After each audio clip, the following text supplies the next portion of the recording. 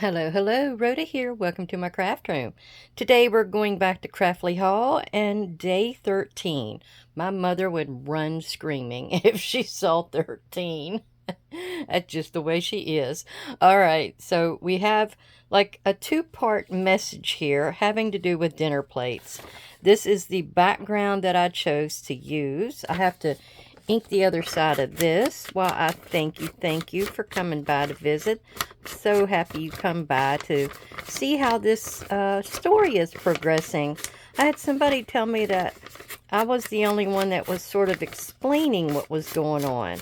All the people usually have a little saying that goes with their page day, but if they don't explain the whole story, I guess it is really confusing to understand, and there's some people that's really totally changing it. I have a little bit of a change in mind today, but what we have here is this came with in the center of the room stood a pile of dinner plates, and you can tell it's an English spelling because they got T-R-E instead of T-E-R. Us Americans are looser. But here is the dinner plates that's in the center of the room. And then this is the background piece that went with it. And I'm pretty sure that's what went with it because I chose that background to go with the whole concept here. But it's on the next afternoon as she once again returned to the derelict wing, which here's my picture of the derelict wing of the house. Broom in hand, she stopped at the doorway of the same room and stared at the bare wooden floor. There, in the center of the room, stood a pile of perhaps 7 dinner plates, the top one covered in moldy food, while scattered around the room were various items of misshapen cutlery. Oh, I still have to get that. Okay.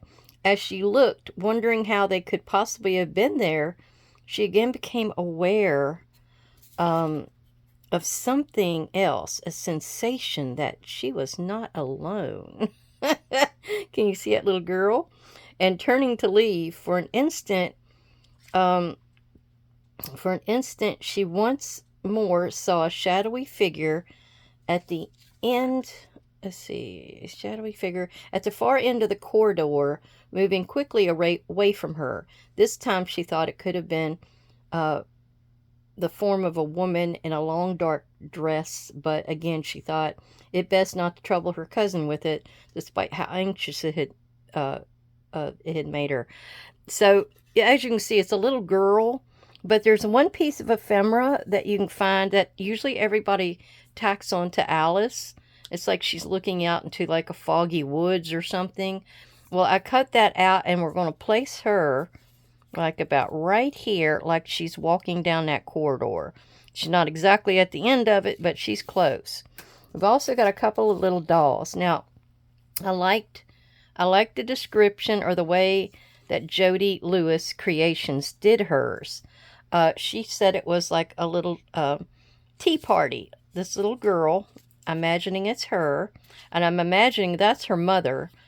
Her mother set up the tea party for the little girl. So she's in there having her party, and then, who is it this time? Alice? I don't know if it's Alice or Rose. It doesn't say. It's probably up above there. But came in and disturbed it. That's why the little girl looks so mad. See how mad she looks?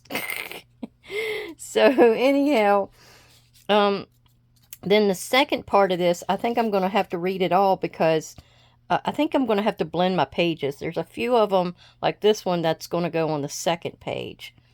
Okay, it was only on the third day that she knew she had to talk with Rose, it was Alice, since just after lunch, as she was collecting the dishes which had strangely been turned upside down on the dining table, she again saw the man dressed as a reverend, now standing in the garden just a few feet beyond the window, staring directly at her with an expression of dreadful sadness across his pallid face.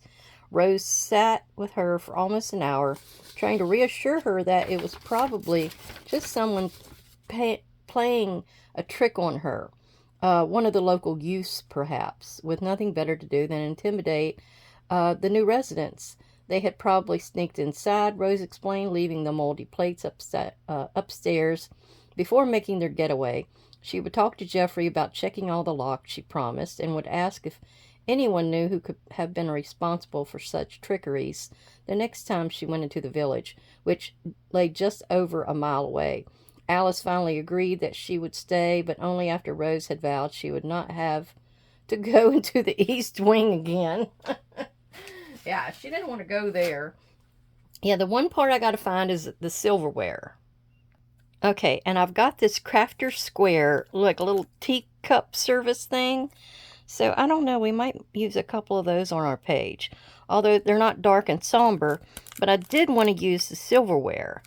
And I'm going to kind of cut it to work. It looks like it's bent because it said it was misshapen. All right, so we're going to set that to the side. And we do have a file folder here to work with. I don't know. I see there are two pictures of these chairs that are stacked in the storyline or in the ephemera, but there's nothing in the storyline that describes what these chairs are for. So I'm thinking that when the plates got turned upside down, over in one of the corners of the room where a lot of these chairs were sitting around the base, maybe the ghost stacked them up to, well, there is a table there, isn't there? Okay. Well, maybe that's in the derelict part of the house. Okay, I'm going to think about that. I've got to work it out in my head and make it sure I can get it to make sense. All right, so we're going to go ahead first and get our tag glued together like we always do. I've already got everybody inked up, ready to go. I'm still thinking on the situation of, you know, how often I'm going to post and stuff.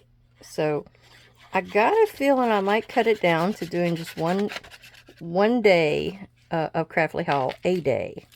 So I could just post it every day.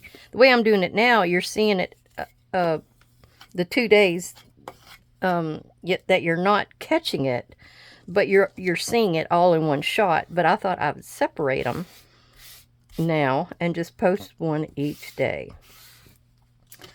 Because I've had my cousin and a few others said they could watch it every day. So we might just do that. I'm gonna trim that little piece off right there. That's sticking his nose into my business. All right, and then we're going to put this down on the tag, the dinner plates. And I've still got to work the layout. So you get to see me kind of lay stuff around and figure the layout. I've heard a lot of people, I was looking at a few more things posted on the Foxy Crafter. That's Tracy Fox's Facebook page. And all you have to do is kind of sign up for it and answer a couple questions. And then you can get over there and you can see a lot of other people's makes and what they're doing. Sometimes they'll post their video. I'm not sure. I think you can post videos over there. I believe I did see where you had the ability to do that. Some places you can't. Well, I'm really wondering if I could cut that down. You really can't see nothing in behind there. I have to figure out where the layout situation is going here. I'm going to go ahead and put this figure of who I think the mother of the little girl is down here. Quite possibly. This is another servant and her little girl. And they decided to stay at the house. Like, yeah, I think, like, right there. And you can kind of see, I'm hiding the little girl in the background. So you don't see her. I don't want to be able to see there. So it sort of does look like a ghost. So I believe, how am I going to do this? I think you could write on the back. I always like to have somewhere you can write. I didn't ink the outside of this little girl. I noticed that.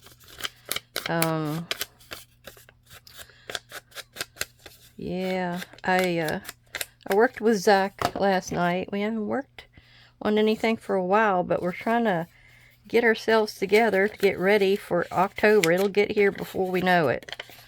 Definitely. All right. And we have to advertise for some more of our cemetery books that we're going to put up for print. We've already done them, but then we went and redid them because there's so many people that hadn't had one, you know. They have been out of print for like 4 or 5 years, and we decided to go back in. You know, that is very similar, but I'm okay with it because it's such a large print. And it's got that yellow in it. Let's see. How are we wanting to go about that? So this is going to be in a pocket. And I think the little girl may hide behind it. I need to make my little slot, you know, like I always do.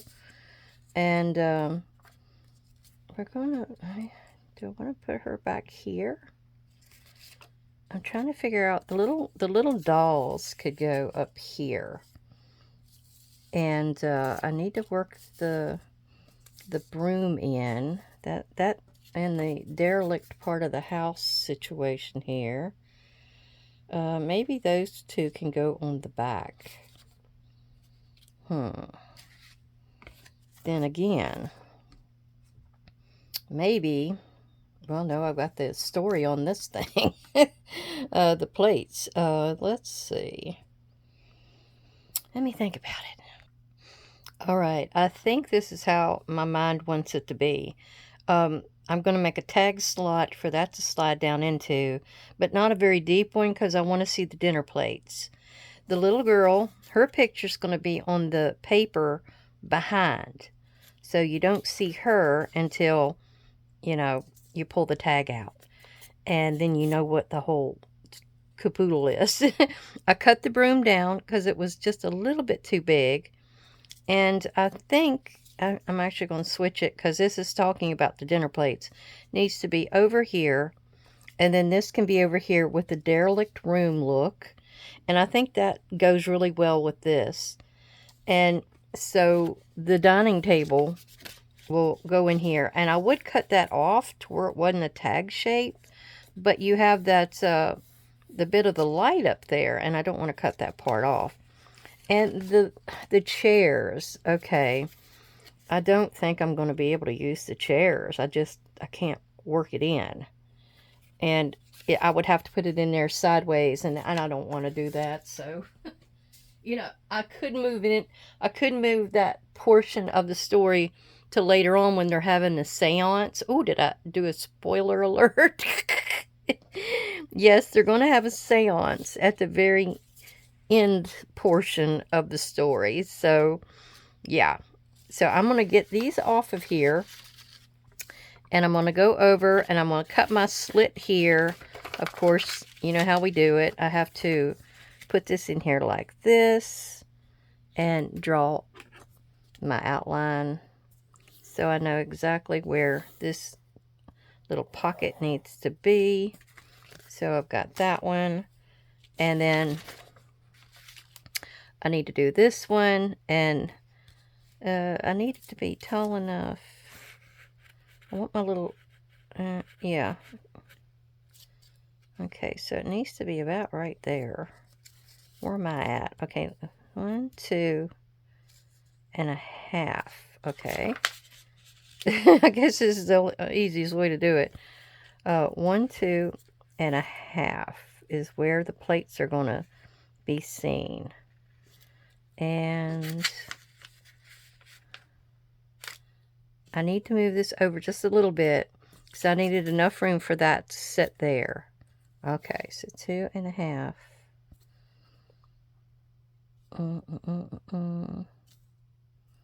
Right there is 2 and a half. Am I going to see my plates?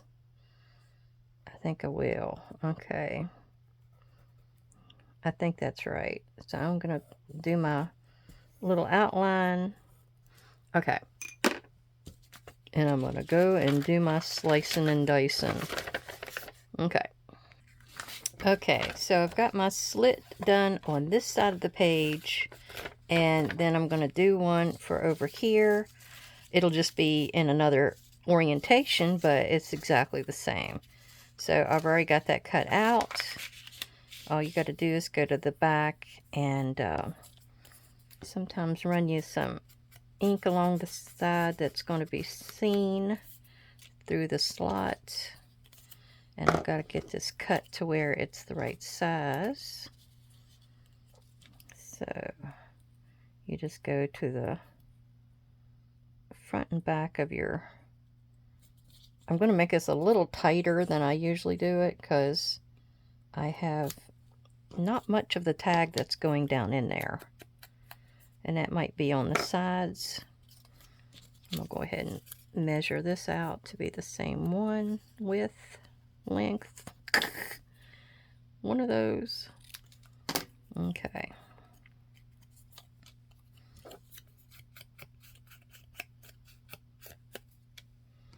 And then I need two stubbies to go on each end. One here, and then one over here. That don't need to be that big. There. Okay, and I was going to tell you a little story while I'm putting this together. My grandmother's younger sister, Janie, we called her Janie. She was actually Martha Jane. And she was one that came over to live here in Virginia, along with my grandmother and their brother. So they were really close with each other. Well, I told you before about Aunt Janie having 6 sons in the war, in World War II. So they gave her a pin. Usually they would give you a pin and it'd have as many stars as you had children in the military. And she had 6. I don't think they made any bigger than that. And nobody knows where the pin is now, but I did share it on my comment section there on my YouTube when I was telling that story a while back. And it just had 6 stars on it. Anyhow, one of the sons, he had went over and he was in England. And he ends up dating and sparking with, whatever you want to call it, a lady by the name of Florence Doraine Smith. And he married her. She had 2 other friends, and then there was, I guess, 2 of his friends, all married the same day. It was like a triple ceremony. So, you know, I've got pictures of where they're all happy-go-lucky, you know, doing the wedding photos and all that kind of stuff. And what happened was, after the war, I guess they put up a house over there and lived together and stuff. I never heard that she had any children. But when the war was over, he just up and comes back home, leaves her over there. I don't know what in the world that was all about. But when his mother found out that that's what happened, that he was married and stuff, he said, she said, "What are you thinking? You left your wife in England?" She says, "What? You need to send for her right now." She said, "I ain't gonna put up with that." And so, anyhow, I think he said something about, well, if she wants to come over here, I don't know. I forget what the story was. It was like, I think Janie or somebody else contacted her, and they told her that if he wanted her over here to live with him, he was going to have to ask her. So it must, I don't know what happened. It was just a big fight. I don't know. I have never, ever heard of anything like that. I had posted a picture on my Facebook the other day. It was like an older memory, and I was just resharing it because my mom used to before she met my dad, and where she met my dad, she was, I don't know, a car bop girl, because she didn't wear skates, but she did work at where she went out, and she got the orders, and she'd bring the food out, and they had that little thing like in Happy Days where they hook it over the side of the car there, and all the food is propped up on there. That's what she did. And yeah, she had a good time. She lived in an apartment with all these other girls. And oh, I have ephemera 14 written on my list over here. Let me make sure. I have to keep track of all this. Ephemera 14 girl ghost. Okay, I scrawled it on there. So yeah, she had a good time. A good bit of them worked there at, they called it the Dairy Right. Wright's Dairy Right. And, yeah, she was actually hired, though she was vastly underaged. So, yeah, she got hired because she has such a bubbly personality and was very friendly and outgoing. And that brought in the customers, especially guys, you know. So she got hired on the spot. The mother, the one that owned it overall than anybody else, not just the guy that ran it, that was the son. She goes and hires her herself. And they had to hide her out whenever the cops would come by to get some food or whatever. Because it'd been there since the 50s. Maybe even earlier. Heck, I don't know. So, yeah, they had to hide her because she was underaged. But that was easily done. They threw her in her closet. threw her in a closet. And anyhow, the whole story I was getting at, though, was a couple of other people had seen that. And their mothers were like these car bop girls. And it is just the coolest thing, you know. So many similarities in some of us. I did not ink around her. I know I inked around the other ones. I probably forgot. And yeah, it was fun. She used to walk across this one, they called it Sears Hill.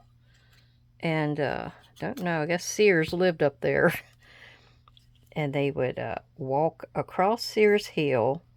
Then they would go down to the railroad. And there was like a walk down there. And they would go and get down there and then walk back up the street just a little bit to Dairy Right.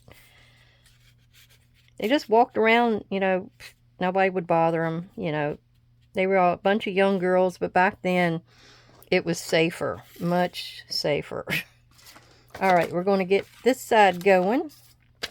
And how was I saying I wanted to do this? I was going to have the broom at the bottom. So let's go ahead and get that down there. Yeah, I couldn't not believe that Lewis left his wife over there. To this day, I always wondered what happened to her. You usually will hear about, you know, a child coming out of the woodwork, you know, when these wartime situations happened. But yeah, this was different. This was legit. My thumb is killing me because I did a bunch of ripping for this journal I'm going to throw together here in a little bit. But I did a lot of ripping for the page edges. It was in a journal that, or a hardback book that was a little too small. And, yeah, it was a little too small. And I needed to rip the pages. And then, yeah, I think I'll stick that right here. Kind of like even Steven with the other one. Although I'm always telling you not to do that. And then I'm going to put my broom right there.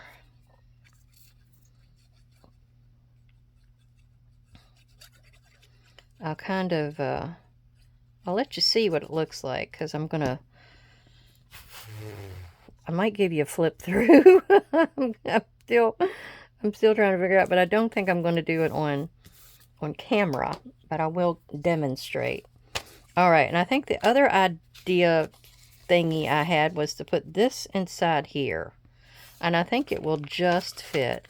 I did put a little bit of vintage photo in there to dull down that yellow. That was a old file folder divider situation. That's what it was. It was a divider for a file folder, and I do not know where or when I got those, but they are pretty ancient. Yeah. Okay, let me get that in here and try to straighten it out while we're doing it. And no, I'm not doing it. Okay, let me hold it down while I'm doing it. Yeah, I think that'll have to do, and I can always trim it off. Yep, right there needs to be trimmed off. Yeah, I need to get to making a few more paper bag journals to take down to the shop. I probably have next to nothing down there anymore. It's probably gotten to that point. Oh. No rest for the wicked. No rest for the wicked. Okay. Now, we're going to put this into... Oh, I have to do my silverware. So let me get this out. And I don't know if I'm going to skee ball, or not skee ball, but chew the silverware up or just lay it on here. And it's like a foam. Where's my tweezers? There they are. Yeah, I thought maybe I could just put them down like that instead of me cutting into them, because they do have that foam in there. And I don't know what'll happen. So we're going to put like a spoon here to just simulate the idea of the silverware. Maybe I could cut that one. It's real skinny right there. And that could be my misshapen silverware. Alright. So I'm going to stick that kind of up this way. Oops. And then cut a little bit of a wedge this way. You see what I'm doing? I'm kind of cutting it at a wedge angle to go against this portion. Ooh, that's right at the edge of that tag area. Ooh, I didn't get any on it, did I? No. And I may have one more spoon, but I don't think I'm going to worry about it. That kind of gets the message across. Misshapen silverware. I need to go back to Dollar Tree and see if I got any more goodies I can collect there. Oh, it's always hard to find stuff. All right, so let me get my book over here, and we'll start putting this in. Okay, and I have to remember to ink my area here where you're going to be able to see through. And that should take care of that one. Yeah. And then over here on the side where the slit is seen, I need to do the same. Just so you don't see the white. We're trying to keep with the color scheme that they got going here. That kind of thing. All right. And let's get our glue going again. And I have to be careful where I glue. I'm going to go across right here on my upper flap edge and glue everything else on the top.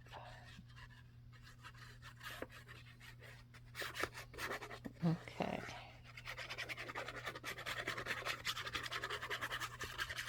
I found this is the easiest way to cover it. And then down here, we're going to go straight down.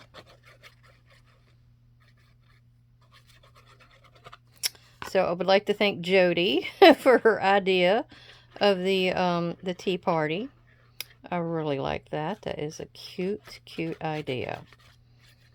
And I don't know why those little dolls are in there unless, you know, that's one of the creepiest things. That and a clown for me.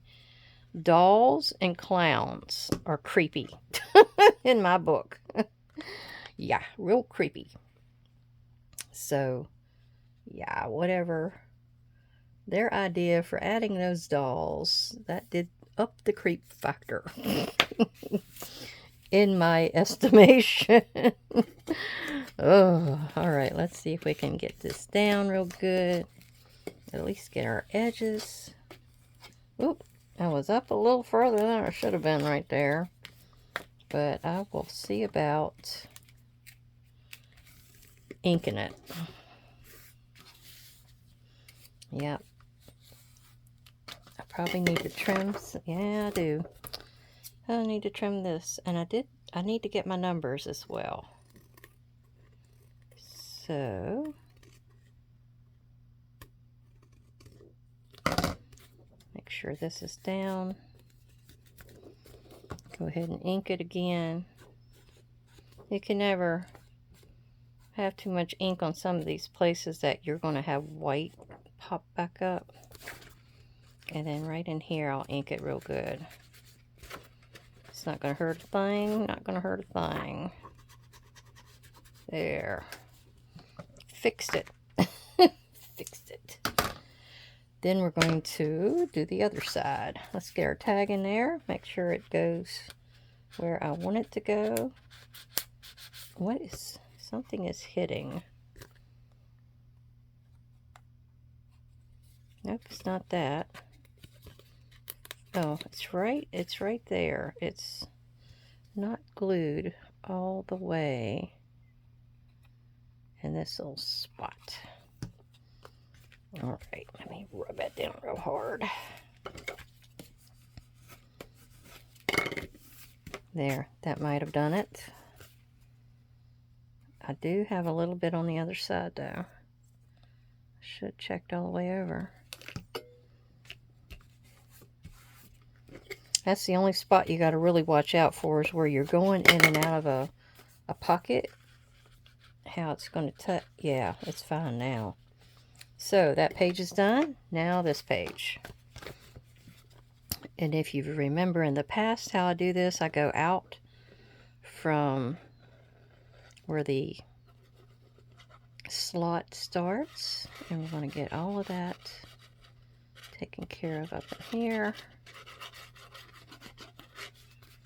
And then down this way.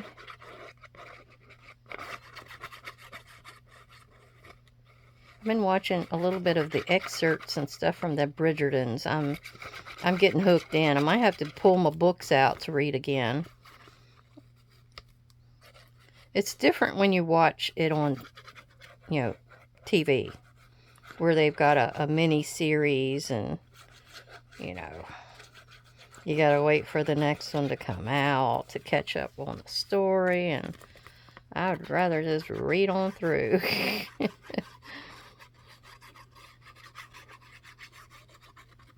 I think I need to do more reading to relax myself. Alright, let's see if we can get that corner right on the money this time. Oh yeah, okay. So let's get the rest of that pushed down. Yeah. Ooh, got a lot of it coming out up there. But you might want to do that to make sure you get it stuck down good. Alright, any trimming? Just a hair. You always have a hair. Okay. And then I'm going to rub around it with my fingers so I know the edges are down.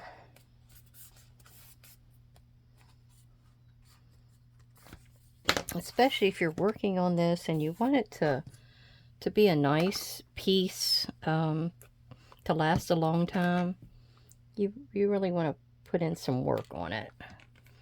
All right, let's see. I don't know that I want to put anything else on this file folder. You might be able to see it on this side, so maybe I'll find me a rub-on for there, but we do need to number this page. Do I have any more ones?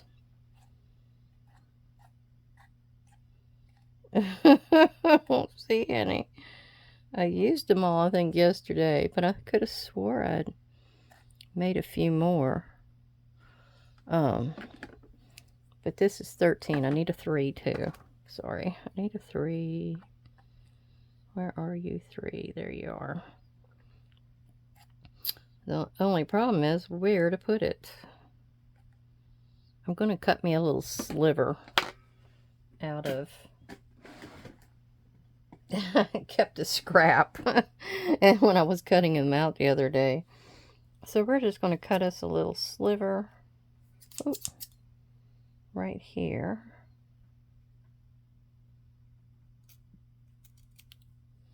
There. Let's see if that does the trick. You can only cut out so many, you know. Is that the same length? It'll do the job. All right. Let's get the glue back out. Forgot about this part. And I'm probably going to put it on the top of that tag. I don't think you could see it if I put it over there. So we will just put it right here. Not that it's visible. Let's put it down here. That's what's so tricky about all this dark, somber stuff. All right.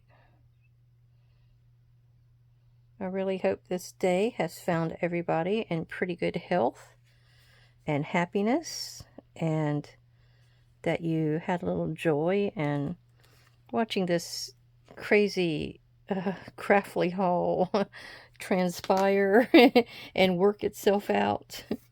So here is what our day is. We had Alice going into the derelict wing with her broom and her dustpan, and she finds a stack of dinner plates on the ground. And like, why are there dinner plates on the ground? Well, there was a tea party that this little ghostly girl was having. And there are her dolls. There's some misshapen cutlery. And yeah, she wasn't that happy that her day was disturbed. So her mother, who is this ghost that Alice sees going through the corridor or down the corridor,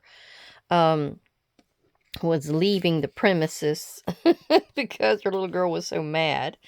But later on that day, I guess the little girl turned the dishes after the lunch over on the dining room table to get back at Alice. I think that's my story, and I'm sticking to it. All right, so everybody have a great day. Come back and check out the next episodes of Craftly Haul, and I'll see you soon. Bye-bye.